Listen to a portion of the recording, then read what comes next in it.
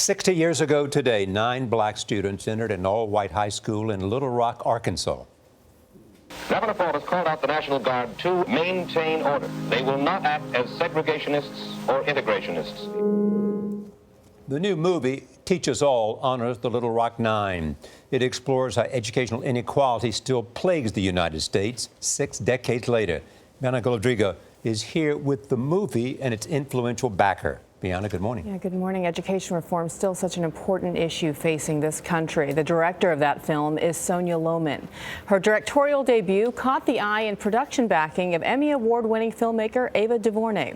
Ava likens Teach Us All to her critically acclaimed film 13th, which highlights the racial inequities of mass incarceration.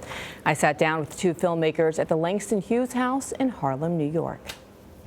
We're one of the few countries in the world that systematically and deliberately spends less money to educate poor children than affluent children.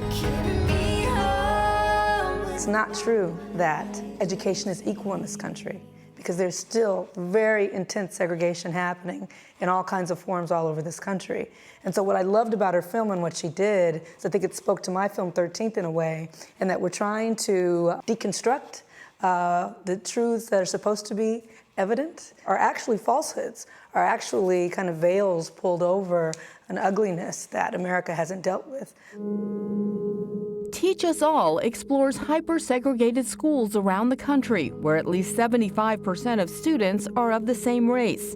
Millions and millions of Black and Latino kids will go through a public education system that does not educate them. The film says children living in poverty continue to suffer. My mom, she makes about $9,000 a year.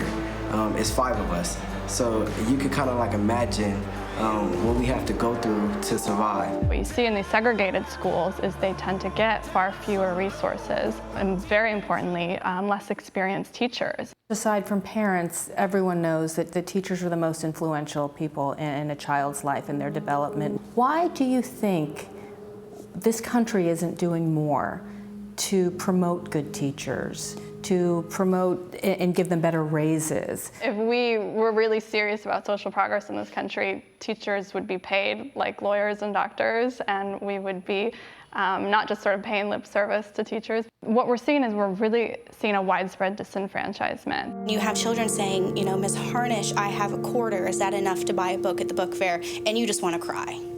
And so you dig in your wallet and you give them $10 because you want them to have a book. So Ava, is it more of a race issue in this country, or is it an income inequality issue in this country? Is it a mix of both? I mean, definitely they go hand in hand. I mean, you know, class in this country has been conflated with race.